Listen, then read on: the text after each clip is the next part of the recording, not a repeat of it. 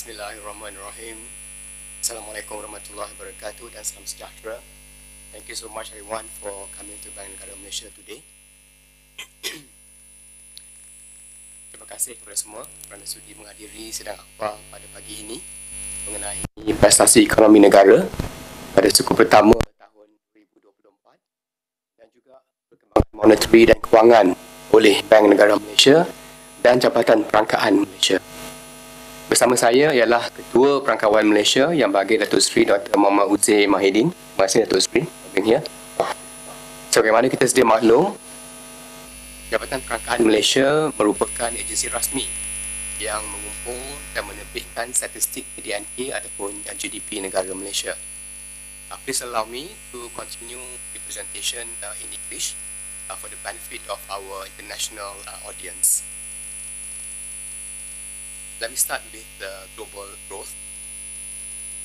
Global growth in the first quarter of 2024 remained sustained as resilient labour markets continue to support consumption activities. Regional exports saw a turnaround amid further improvement in both electrical and electronics, the E&E, and the non-E&E industries. However, global trade as a whole remained soft due to the continued shift in spending from goods to services and the ongoing trade restrictions. On inflation, both headline and core inflation continued to trend downward, and this is driven by disinflation in the advanced economies. Let me now hand over the presentation to Datuk Seri Dr. Uzir to announce Malaysia's GDP performance in the first quarter of 2024. Silakan Datuk Seri Dr. Uzir. Terima kasih Gabenor. Bismillahirrahmanirrahim. Assalamualaikum warahmatullahi wabarakatuh. Salam sejahtera. Pada suku pertama 2024, ekonomi Malaysia berkembang pada kadar yang lebih tinggi sebanyak 4.2%. Peningkatan ini disokong oleh perbelanjaan isi rumah yang meningkat, pemulihan ekspor barangan serta ketibaan pelancong yang lebih tinggi, pasaran buruh yang terus bertambah baik dan aktiviti pelaburan yang lebih kukuh.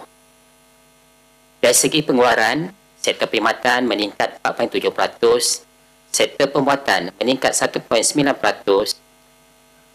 sektor perombongan 5.7% dan sektor pembinaan 11.9%. Manakala dari segi permintaan, perbelanjaan isi rumah meningkat 4.7%, sektor pelaburan meningkat 9.2%, sektor pelaburan awam 11.5%, penggunaan kerajaan meningkat 7.3% dan pada suku tahun ini ekspor meningkat 5.2% dan import 8.0%. Dari segi pertumbuhan ekonomi suku tahun ke suku tahun pelarasan musim, KDNK menunjukkan peningkatan momentum pertumbuhan yang lebih kukuh sebanyak 1.4% lebih tinggi berbanding penyusutan 1.0% pada suku keempat 2023. In the first quarter of 2024, the Malaysian economy expanded by a higher rate of 4.2%. This was supported by higher household spending, export turnaround and higher tourist arrivals, improving labour market condition and stronger investment activities. On a seasonal adjusted quarter-on-quarter basis, GDP show a stronger growth momentum of 1.4%, higher than the decrease of 1.0% in the fourth quarter of 2023. On expenditure side, expansion in domestic demand was driven mainly by private sector spending. Private consumption recorded higher growth supported by spending in discretionary and necessity items. Growth in investment reflect improvement in structure and M&E investment, as well as continued free asset spending by government and public corporations. Meanwhile, net export registered a smaller contraction and recovering goods and services export. On the supply side, most sectors recorded highest growth. Growth in the service sector was driven by higher retail trade activities and continued support from transport and storage subsector.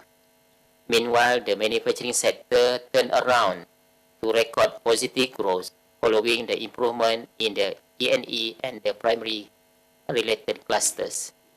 Highest growth in the construction sector was driven by the faster progress in civil engineering project and stronger support for special trade and residential activities. Growth in the mining sectors was supported by higher natural gas output. However, the agriculture sector recorded a more moderate growth, particularly for production of rubber and food crops amid hot weather conditions. In addition to the release, Department of Statistics Malaysia also published annual GDP report for the year 2023, which encompasses the revision of GDP data for the year 2021, 2022, and 2023 at the rate of 3.3%, 8.9%, and 3.6% respectively. The revision is based on the update of the company annual reports, the annual Establishment Survey 2021 and Economic Census 2022, as well as a secondary data by the relevant agency.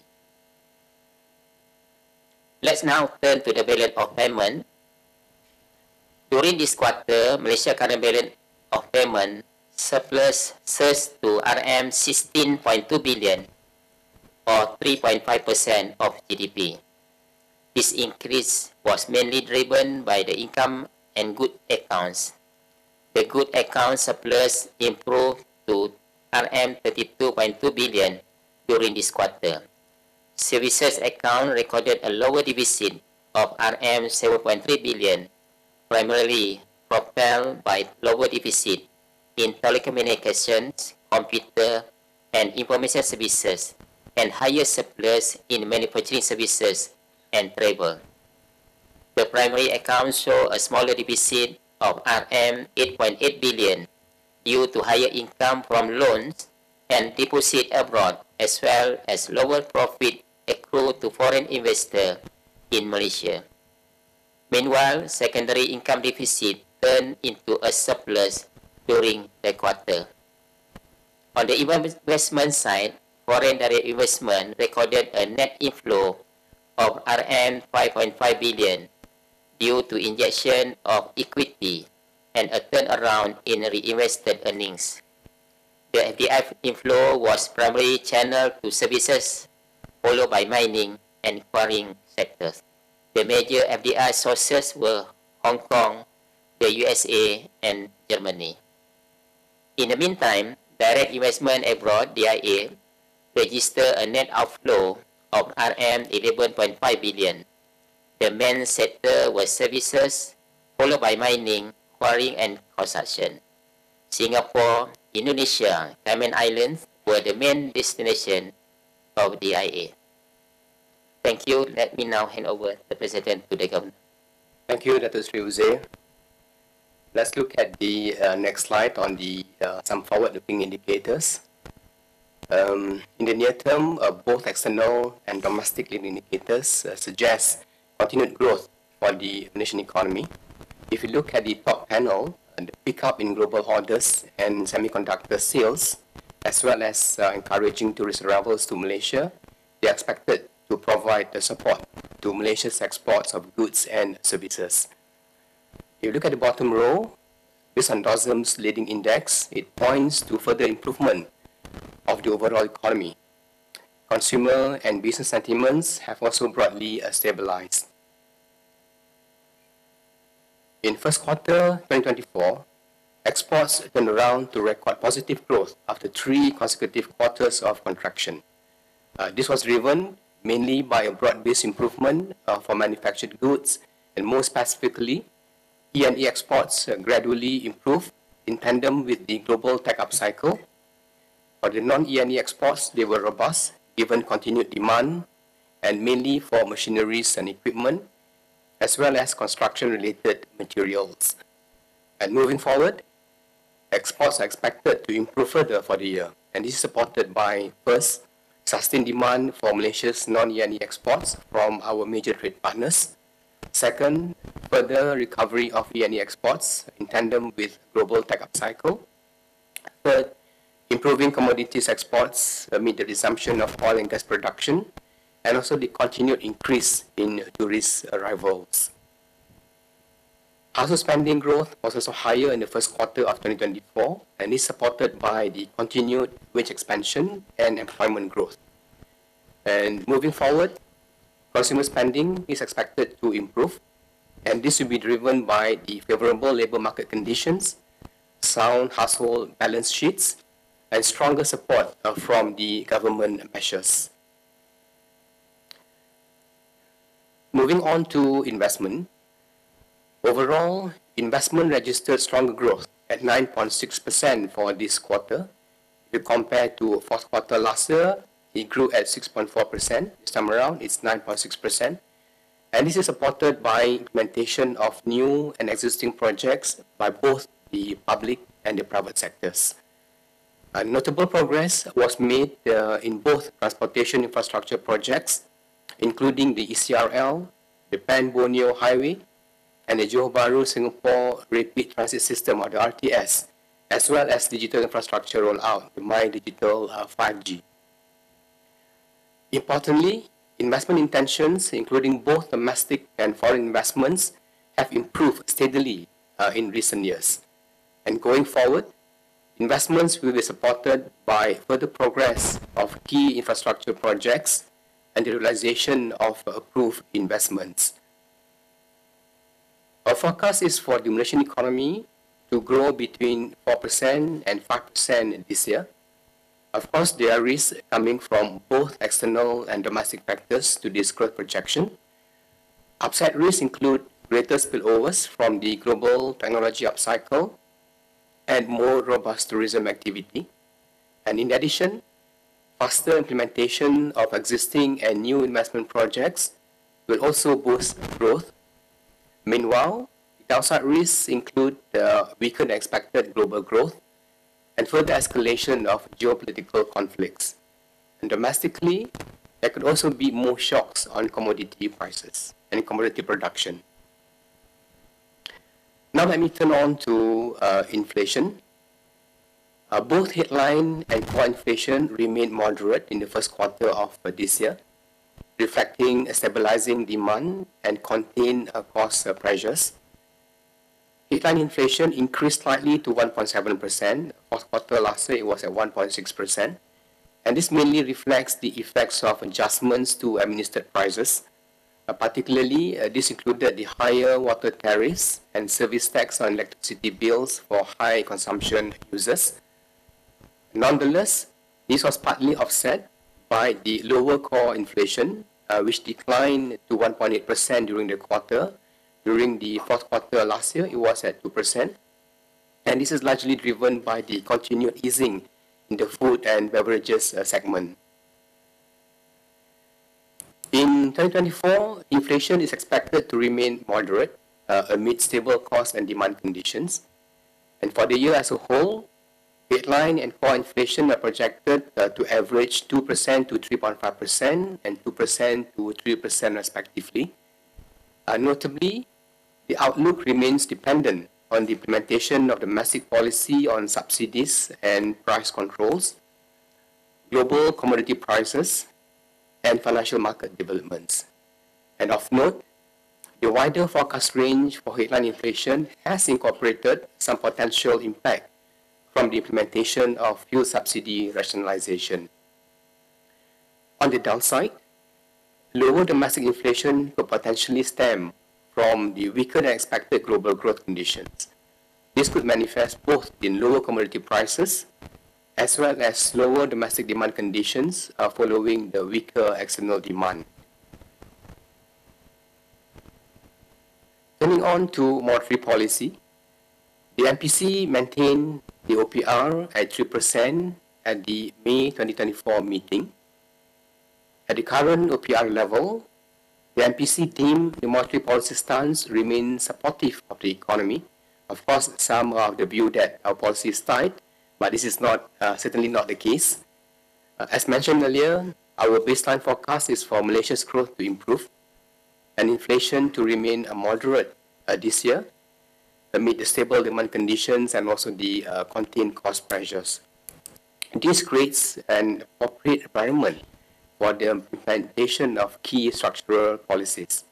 As these domestic policies, including the subsidy rationalization, will influence our outlook, our focus will be on assessing the short and medium-term impact on domestic inflation and growth. As such, amid the evolving economic landscape, our monetary policy approach will continue to be data-driven. The MPC remains vigilant to ongoing developments and will ensure that monetary policy stance remains conducive to sustainable economic growth and price stability. Turning on to ringgit, in 2024, the US dollar continued to display strength amid the shifting expectations of the US Fed Reserve's monetary policy path and the heightened geopolitical risks. These global currency market dynamics have led to pressure on most regional currencies, including the ringgit, which has appreciated against the US dollar by 2.4% year to date, as of 15th of May. To put this into perspective, if you look at the ringgit's performance, as shown in the dark red line in the chart, it is actually within the upper range among the regional currencies, as you can clearly see from the chart here. And against this backdrop, the bank's market operations will continue to ensure sufficient liquidity and the orderly functioning of the foreign exchange market. To manage the short-term pressures on the ringgit, the government and Bank Negara Malaysia have taken a number of coordinated actions to encourage consistent flows into the forex market. And this include encouraging the repatriation and conversion of foreign investments by GLCs and GLICs, and second, stepping up discussions with corporates and exporters to convert their proceeds and overseas investment income in a more consistent and timely manner, which we will continue to monitor. All these coordinated actions have helped actually cushion the pressure on the ringgit, despite the strength of the US dollar of late. We have seen improvements in the domestic foreign exchange market. For example, against the US dollar, the ringgit appreciated by 1.6% from 26 February to 15 May. And meanwhile, if you look at the ringgit and EAR, which actually measures the ringgit's performance against major trading partners, it has appreciated by 2.5%. And when compared to regional currencies, the ringgit has also performed relatively well, ranking within the upper range against the US dollar. The daily forex trading volume has also increased alongside a narrower bid-ask spread, indicating improved liquidity in the domestic forex market. And we expect these flows can be sustained over time, given that this investment income and export revenue are actually recurring in nature. And additionally, another initiative that we are working on is to pilot a fast-track pre-approval framework for corporates who bring back foreign currency funds and convert them into ringgit, to enable them to reinvest abroad when the time comes. This aims to address frictions raised by corporates during our engagement with them. So we responded by giving this flexibility. Moving on to the bond market, the 10-year yields on Malaysian government bonds have risen in tandem with a broad increase in regional and US yields on financial market expectations that the US policy rate will remain high for longer. And on equity markets, the steady improvement in the economy and the positive impact from the implementation of structural reforms are expected to continue supporting the domestic markets. Moving on to credit. Credit growth increased to 5.2% in the first quarter of 2024. Last quarter, in 2023, it was at 4.8%. And this increase is amid the greater expansion in both business and household loans. For businesses, outstanding loan growth increased by 4.9%, and this is driven primarily by higher growth in loans for investment-related purposes. And financing to SMEs remained forthcoming, with sustained applications as well as higher loan approval rates. For households, outstanding loans grew by 6.2%. Last quarter, it was 5.7%, We observe higher growth recorded across most loan purposes. And this reflected the sustained demand for loans, particularly for the purchase of houses and cars by the households. The banking system continued to play an important role in supporting growth during the quarter, owing to their strong financial position, including their robust levels of capital and liquidity buffers. Banks remain well positioned to support the financing needs of the domestic economy. The quality of business and household loans remain sound, with low and stable impairment ratios. And this is supported by prudent loan affordability assessments by our banks, which help to ensure that borrowers have buffers against any cost pressures.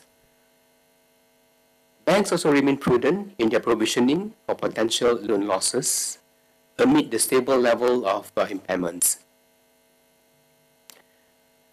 I've come to the last chart. In summary, the Malaysian economy expanded by a faster pace of 4.2% in the first quarter of 2024. And this is driven mainly by private sector expenditure and a turnaround in exports. For 2024, growth is projected to improve to between 4% and 5%, anchored by sustained expansion of domestic demand and improvement in external demand. There are downside as well as upside risks to growth, stemming from both external and domestic factors. And meanwhile, headline inflation is expected to average between 2 and 3.5% for this year. With that, I've come to the end of the presentation. My team and I, and Datuk Sri Uzir and his team as well, will be happy to take questions from the media. Thank you very much for your attention. Thank you, Governor. At this juncture, I would like to call for questions from the media. If you have any questions, please feel free to raise your hand. Our mic runners stand ready to pass you a mic. Please state your name and publication before sharing your questions. As usual, we'll be taking questions in 3 segments. The first on the economy, the second on the financial sector, and the last on other topics. Now I'd like to invite questions from the floor in the first segment, the economy.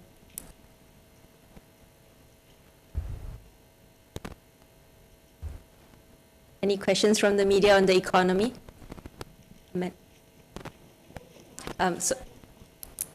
Headline inflation portion, yeah.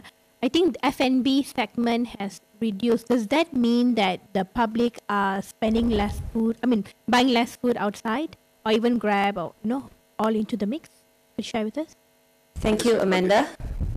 Maybe you can get a few more questions on the economy. The gentleman, Seichi. Hi, my name is Seiichi from GG Press, a Japanese news agency. Okay.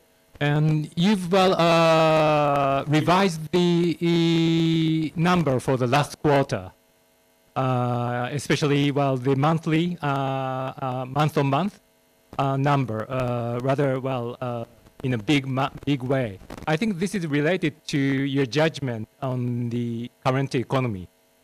And could you explain the reason why, the number was, adjusted? I'm sorry, Seichi, just to clarify what number specifically we are talking about. This announcement today shows that, said that, the final quarter, the fourth quarter of 2023, the GDP, in the initial announcement, the GDP decreased by 2.1%, and now it's you say that it decreased by 1.0%.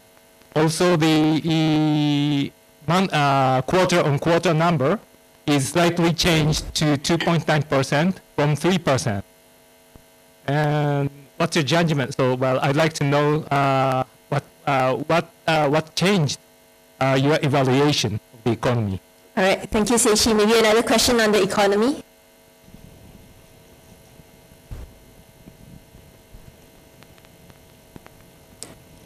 If there are no further questions, Governor, there are 2 questions. One is on the reasons for headline inflation, and the second one perhaps on DOSM, a revision for GDP. I think, Amanda, on the question regard to headline inflation, F&B in particular, That shows in terms of the reflection of the contained cost pressure, and also in terms of, you see, the price increase for food has actually come down. So that has actually helped in terms of bringing down the headline inflation, particularly for the food and beverages segment. Yes. No, not come down. The level of increase has become smaller as compared to before. So when inflation comes down, doesn't mean that price comes down. It means that the pace of increase is now smaller as compared to what it used to be in the past. Thank you. I think on the second question on the revision to the numbers, perhaps I think I'll pass it on to my colleague, Datuk Seri Uzir. Okay, thank you. On this revision numbers, normally the Department of Statistics we review the previous actually annual numbers. So we review the numbers based on the latest input or result from our economic census and also data from other agencies.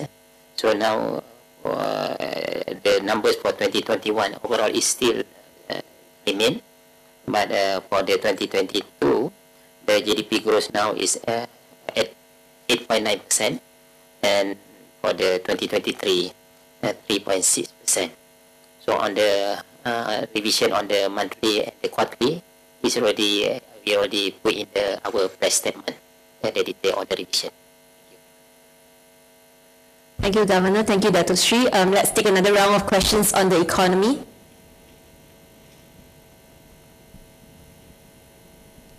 Mahanum, the second row. Yes, thanks. Saya Governor Mahanum dari Betarian. EPF kenakan akaun fleksibel, adakah dia akan memberi kesan kepada inflasi dan juga pembelanjaan pengguna bila sebab EPF jangka first year pelaksanaan akan 25 bilion akan inject to the economy. So, okay, lagi satu untuk ekonomi, untuk prospek ekonomi dengan pertumbuhan yang pantas pada suku utama, adakah momentum ini akan berterusan untuk kuartal seterusnya? Dan adakah jangkaan 4 ke 5% tu on track? Alright, thank you, Mahanum. Maybe we can get another question from the media on the economy.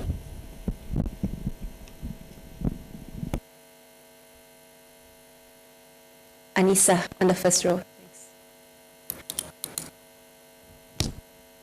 Thank you for the presentation. I'm Anissa from Bloomberg. I just wanted to ask, would it be fair to say that as long as inflation remains within the forecast range that you gave, you would remain comfortable with keeping the interest rate at 3%? Second, how likely do you see inflation misbehaving this year should the government implement the subsidy reforms for diesel and 195? Thank you.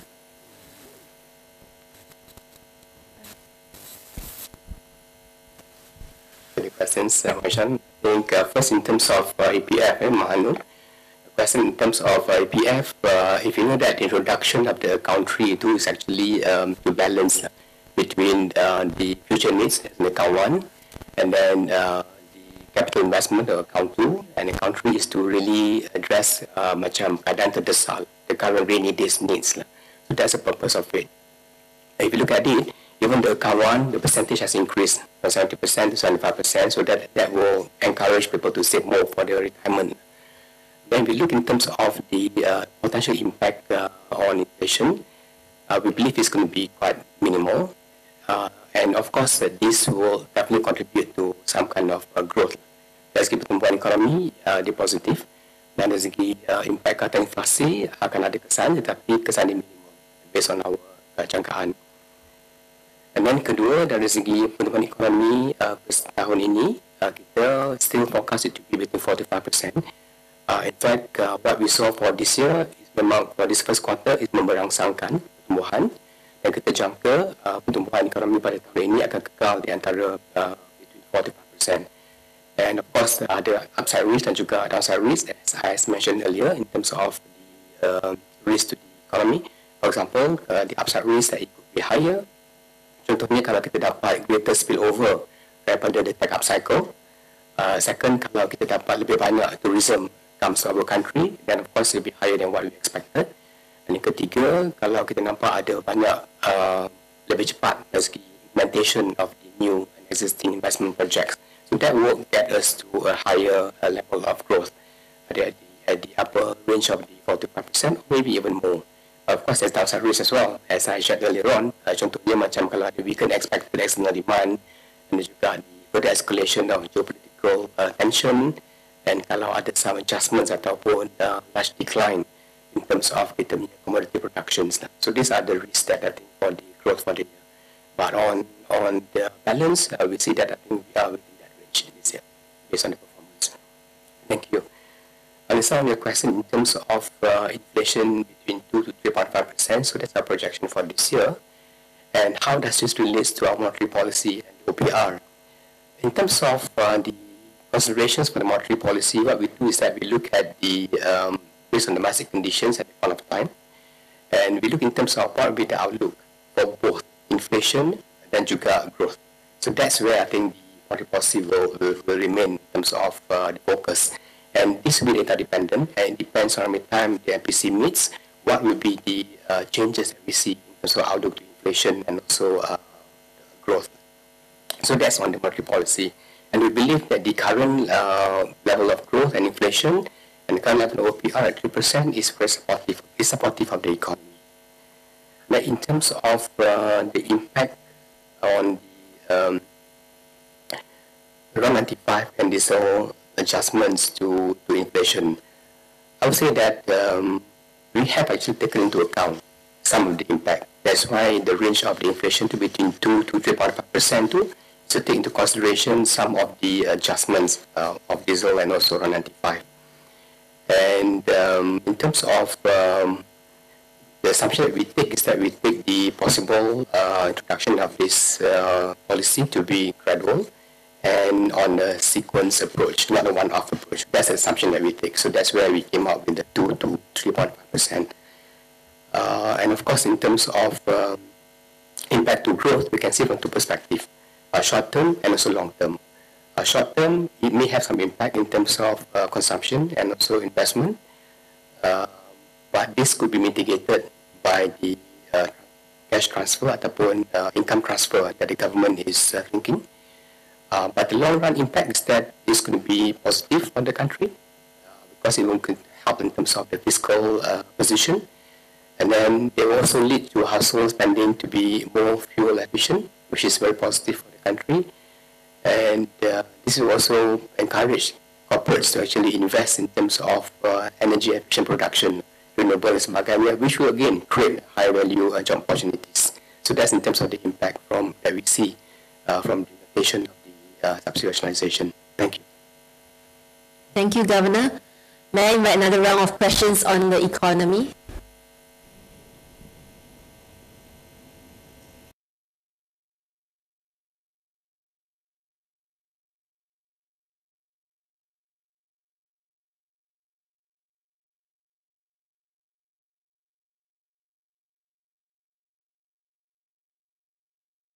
For government to implement these subsidies rationalizations, and also in terms of US and Europe are also discussing the rate cuts in the second half. Well, what's your view for BNM? Will you follow the pace? Thank you.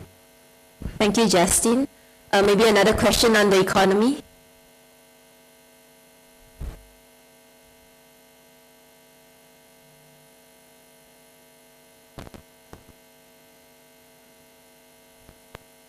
Governor May.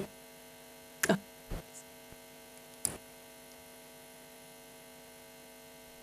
Hi, I'm Daniel from Reuters. In addition to the question on the EPF account 3, as well as subsidy rationalization, does BNM expect any inflationary impact from the 13% salary hike for civil servants? And in addition to the previous question on the subsidy reforms, does BNM have any indicators or expectations of when these reforms will be implemented, as we're already approaching the middle of the year? Thank you. Thank you, Daniel. Okay, thank you, Varshan. Thank you to Justin and Daniel for the questions. Let me answer Justin's question first in terms of the timing for the subsidization. I think looking at the current environment in terms of growth, I think we are experiencing good growth numbers between 45%, and with the moderating trend in inflation, we believe this provides a very good opportunity, a very good window opportunity for us to undertake the subsidization and many reform measures. Second, in terms of the rate cuts by the US and the Europe, whether will we follow the pace, so in terms of the rate cuts. In terms of monetary policy considerations, is that we look at domestic perspective in terms of what will be the impact, what will be the outlook for growth and price stability over the next couple of quarters moving forward ahead, right? What we'll do is that we only take in terms of what happens globally, for example, the rate cuts in the US or in Europe, we take that in so far as how this will have an impact in terms of our growth outlook and our inflation outlook for Malaysia. So that's how we look at it. But that doesn't mean that we'll follow the steps that has been taken by any particular country. So that's how we look at it from a monetary policy perspective. Daniel, your question in terms of the salary of the civil servant. Of course, the salary adjustment will support the consumption, but this salary adjustment will only happen in December.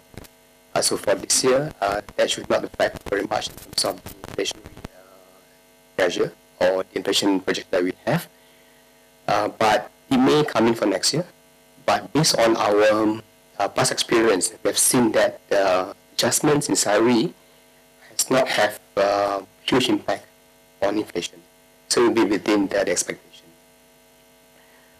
In terms of when the rationalization will be implemented, perhaps I think let's wait for the government to make the relevant announcement on this.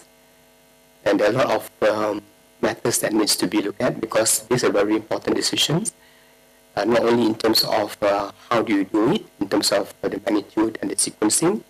More importantly, how do you ensure that there's a fair, equitable income transfer to the targeted segments of society. So that's where I think the complexity of it. So perhaps I think that's where the government to announce on this.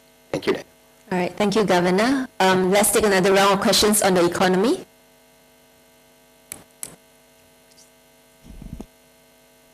Hi. Well, macroeconomically speaking, just looking at the numbers, Malaysian economy seems to be doing well with the stable inflation rate and growth prospect, and still the public perception on the economy is not so good. What do you think influences, well, public perception and, well, this discrepancy between the macroeconomic data and people's feeling? Thank you, Seichi. Another question on the economy?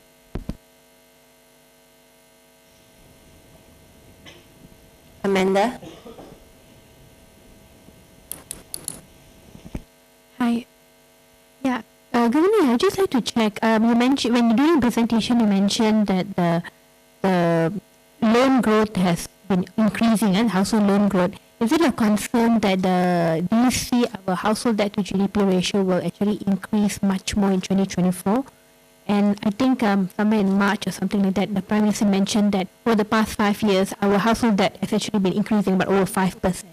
And what is the bank, the central bank, is doing about it? Thank you. Thank you, Amanda. Maybe another round of, maybe another question on the economy.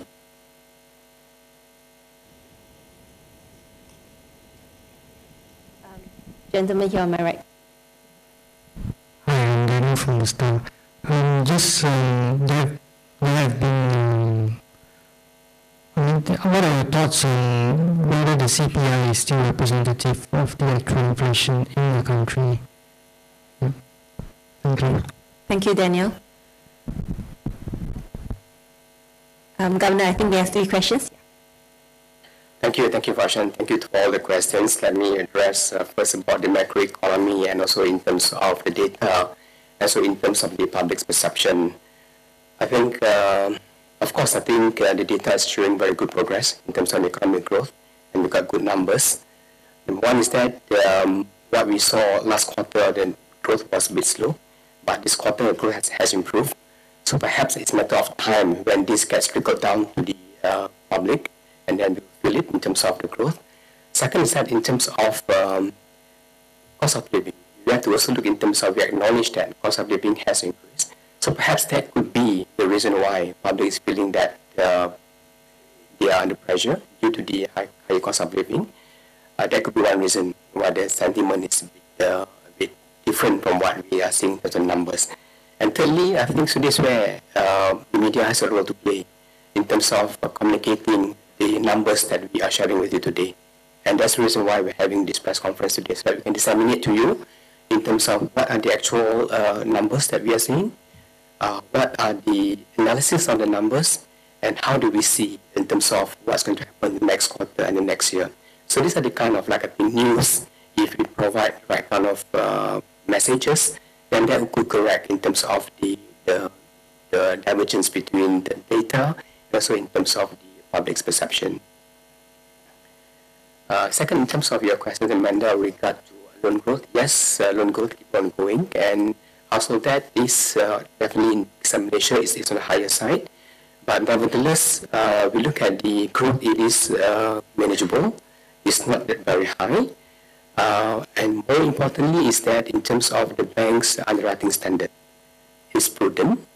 And if you look at it in terms of the impairment for the household loans, it's also very low. It's about 1.2%. Yes, that's 1.2%. So basically, the banks are very cautious and very prudent in terms of lending to the household, despite I think the increase. So that's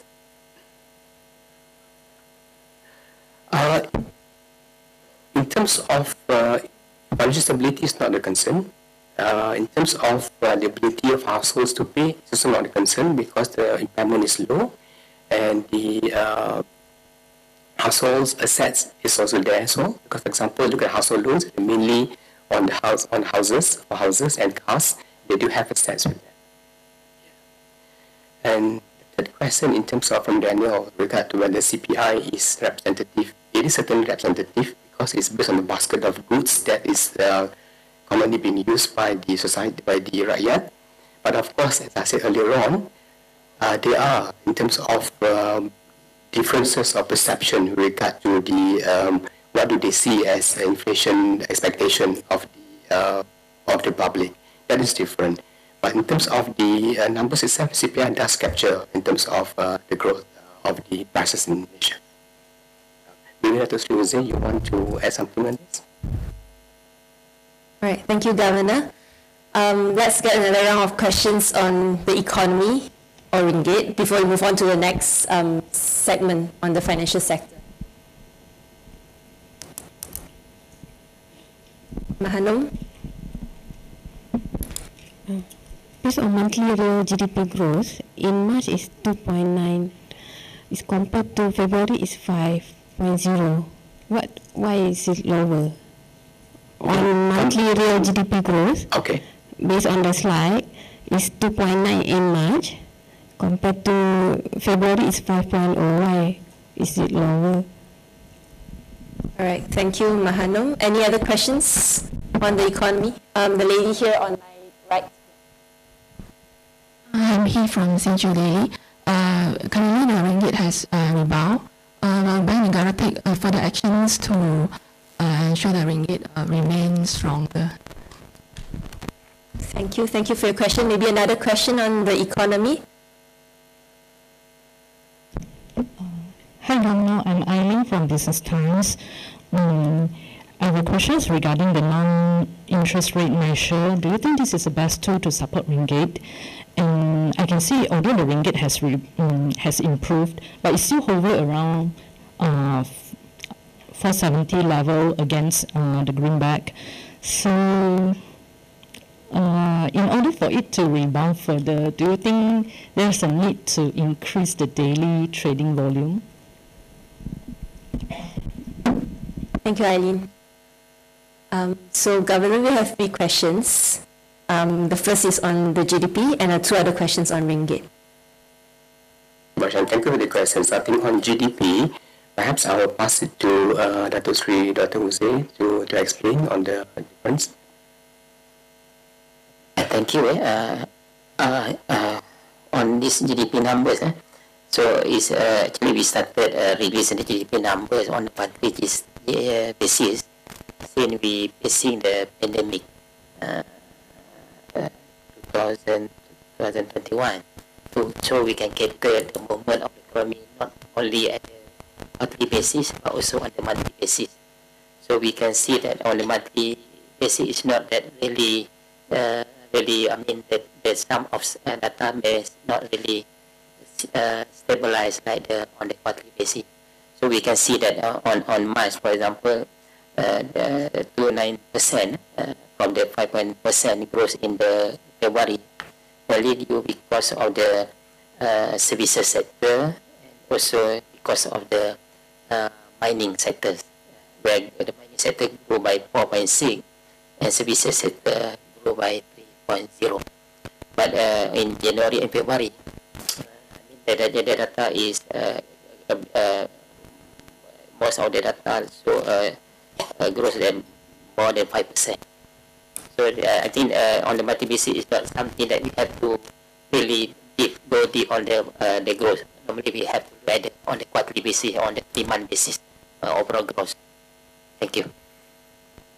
Thank you, Uzir. Let me take the questions on ringgit. I think first, in terms of ringgit, it has actually, the pressure on ringgit has actually come down, especially if you look in terms of from when we started our coordinated actions. I think you can see from the slides here, we started our coordinated actions from 26th of February, and that has brought a number of positive outcomes. What we have done is that, number one, the government and Negara Malaysia, we, number one, encourage repatriation of conversion of foreign investment income by GLC and GLICs. Then we actively engage the corporates and exporters to convert the export proceeds and foreign investment income. And we also monitor in terms of the conversion of export proceeds and import payments. So all this has actually contributed to the strengthening of the ringgit. If you look in terms of ringgit performance against US dollar, it appreciated by 1.6%. Secondly, in terms of since 26 February, and in terms of the nominal effective exchange rate, that also appreciated by 2.5% since our coordinated action. And the forex market trading volume has also increased to about 17.6 billion during that period, as compared to 15 billion before we started the coordinated action. And even the US dollar ringgit bid-ask spread has also narrowed to about 39 percentage in point as compared to before. So these are all the positive factors that we are seeing from the coordinated action that Negara undertake with the government.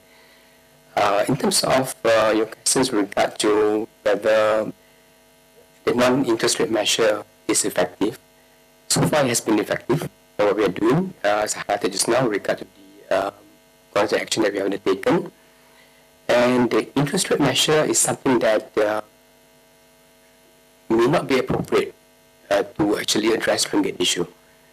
Because I think, as I mentioned earlier, the monetary policy position by Negara is that in terms of how does he have, in terms of the outlook for growth and also stability. So that's the main focus for interest rate setting, monetary policy and OPR. So not so much in terms of ringgit.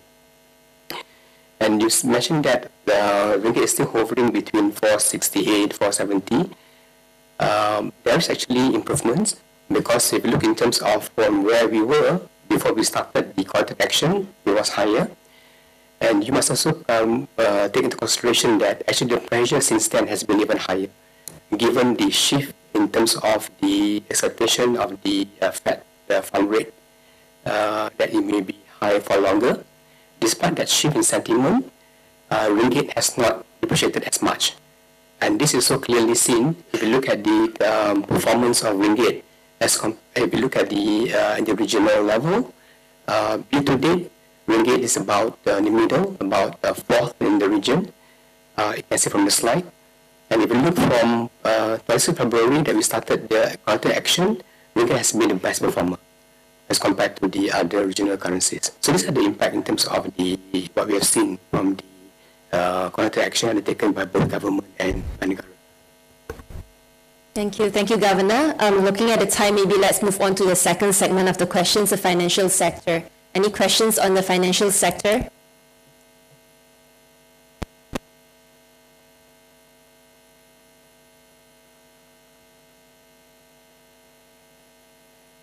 And if there are no questions on the financial sector, okay.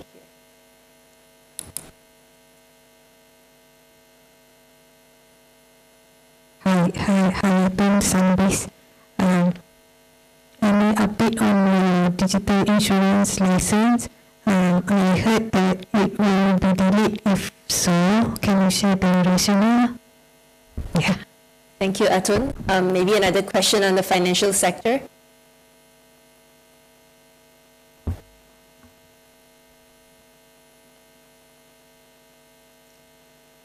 All right, Governor, the question is on Dito. Thank you, Atun, for the question. Actually, there's no delay. Actually, we have received a lot of feedback from the earlier policy framework document that we issued, and then we are looking at all the feedbacks and the insights that I think that we are getting from the comments that we received, and we need to refine several aspects of the framework. And we expect to issue the final policy document within this year. Most likely within the first half or the early part or second half of this year itself. So we have got very good response and comments from the industry, and we are taking into consideration all those points, and we will come back with the final documents. Thank you, Governor. Any other questions on the financial sector? Otherwise, we will move on to the last segment on any other topics.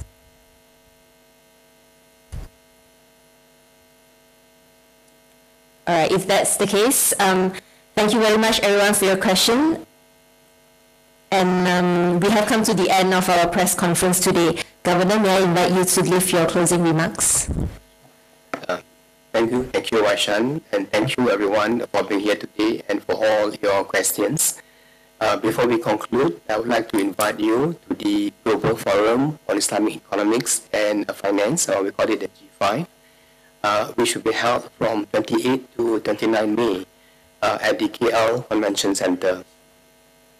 This global forum will gather policymakers, business leaders, and financial service providers from around the world to collaborate in building a future in which Islamic economics and finance can play a pivotal role in fostering the shared prosperity and equity for global developments. I really hope to see you there. And lastly, I think since we're coming to Wesak Day next week, I would like to wish a happy Wesak Day to those celebrating. And thank you again for coming, and I hope to see you at the next event. Thank you so much. Assalamualaikum warahmatullahi wabarakatuh. Thank you, Governor. So, dear friends, I hope you have had a productive session with us today. Thank you again for your time, and we hope to see you again soon.